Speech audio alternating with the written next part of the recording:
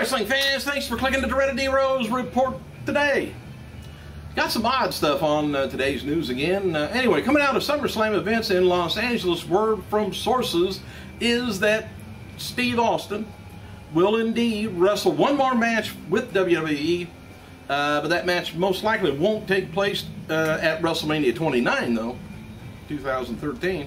Austin's final match isn't expected to happen until WrestleMania 30 in 2014.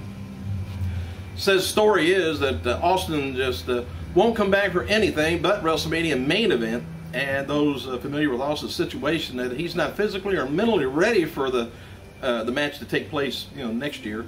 Plus, they've got The Rock, they got Lesnar, most likely Undertaker, or all that. So we'll wait.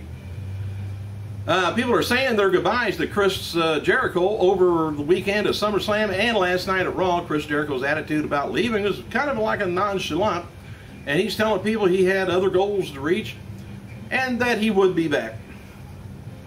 As noted before, Jim Ross recently filmed a sit-down interview with CM Punk and Steve Austin for WWE 13 video game. And the interview was designed to be like, the Bret Hart, Shawn Michaels deal that they did for the video rivalries from last year. Anyway, Austin and Punk talked about who would win between the two in real life and how they would play out on the 13 video game. While they had a lot of respect for each other. Said that they put a lot of heat on each other and tension for the cameras. And there's still no word yet on when or where the interview is going to be placed at. With appearances on last night's Raw, it looks like Paul Heyman signed some sort of a contract extension with WWE. Heyman's original deal was set to expire with his appearance at Sunday's SummerSlam pay-per-view. So they signed an extension, or they said, "Hey, Paul." A former WWE star, Chris Masters, this comes under the heading of duh. Former WWE star Chris Masters, he continues to tweet after he apologized for posting a photo of him holding a gun to his head. Says, "Now I'm getting Facebooked by the National Suicide Prevention Hotline." He says, LOL. And from now on, I'll just take pics of my meals, and that's what people like to boast, I guess. But who would have thought putting a gun to your head would raise anybody's eyebrow? Maybe The Rock's. Considering wrestling history, recent events, he said, "I do regret posting it. No, there's a dark history of the biz, so my fans and I'm sorry. There you go. Pic changed. I don't know." He says, "I know kids look at the heroes, and he regrets posting it, but hey, he got some publicity out of it. Probably what he wanted." Happy birthday to WWE wrestler Nathan Jones. Remember him? He was in WWE just for maybe 5 or 6 minutes, and they went on a tour down in Australia, and he just never came back. He jumped ship and stayed there. Anyway, 42 years old today, and one-time WWF competitor Keith Hart, 60. WWE Shop website has released new women's and youth's t-shirt and a Shawn Michaels Appreciation Night cowboy hat and more new superstars, the school-themed supplies.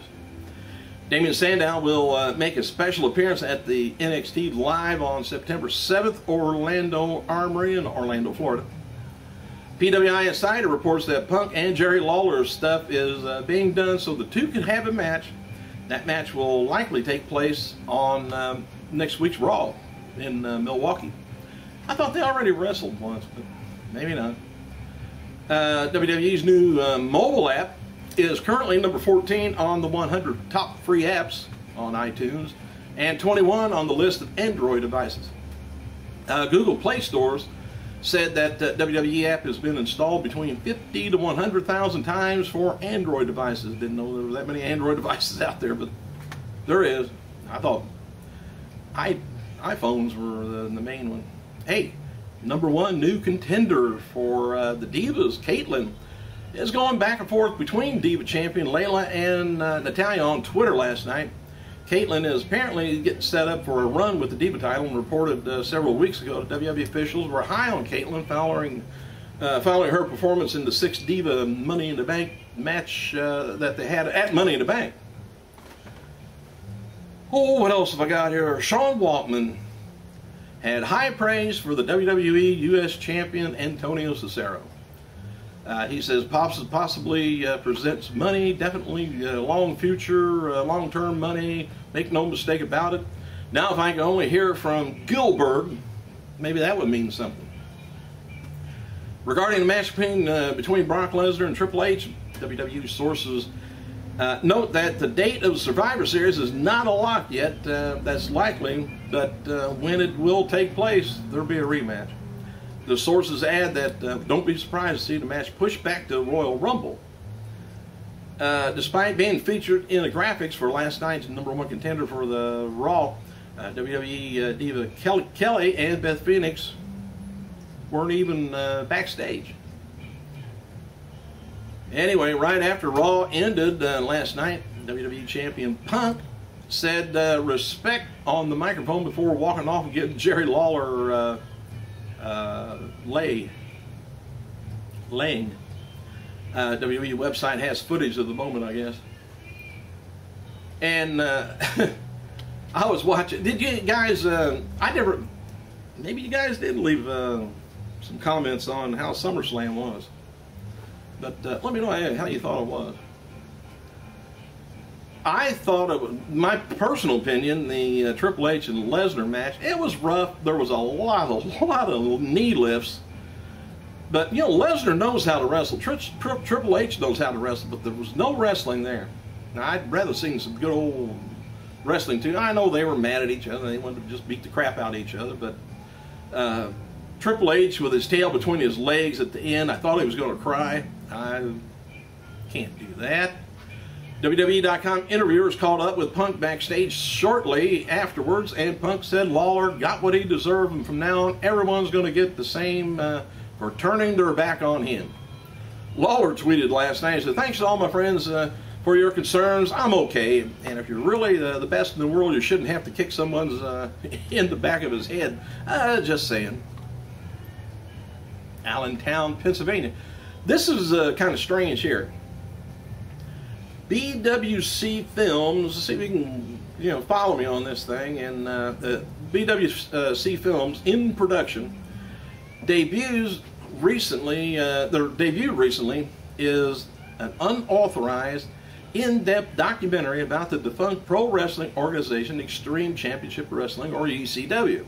The film aims to take an honest and non-biased and critical look at the history, legacy, and impact of ECW on professional wrestling in the industry, as well as tell stories of the men and women who helped build this small mom-and-pop promotion to the national force.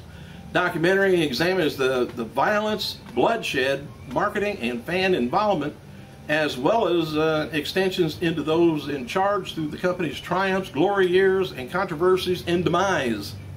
Hang on a second. All right, I'm back now. Hey, I forgot to start my clock here. Hey, production begins March 2000. Well, it began in March of 2000 on this. I guess the filmmakers, Kevin Kurgan and John were attending the University of the Arts in Philadelphia, and several times throughout the years, I guess, production resumed. But in 2012, the project was resurrected, and additional footage and interviews were captured with the production and release schedule finalized. So it's been a long time in the works, I guess. Anyway, those two guys, they had the concept from one day was to produce a documentary film about ECW wrestling that would appeal to the general public beyond wrestling fans.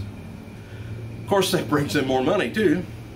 As well, they found the story of ECW fascinating that would fascinate anyone in interest in pop culture phenomenons or subculture of any type. There's been over 60 intriguing interviews, I guess, conducted, some of them with subjects twice and over a decade apart. And this approach of telling the story of Extreme Championship Wrestling gives the viewers proper content and is holistic in nature. And they have conducted interviews with wrestlers, referees, ring announcers, security staff, company staff, production, journalists, all the way to fans and fan organizers. Don't know who fan organizers are, but they didn't. I've never been organized, I know that. Except I know I gotta go.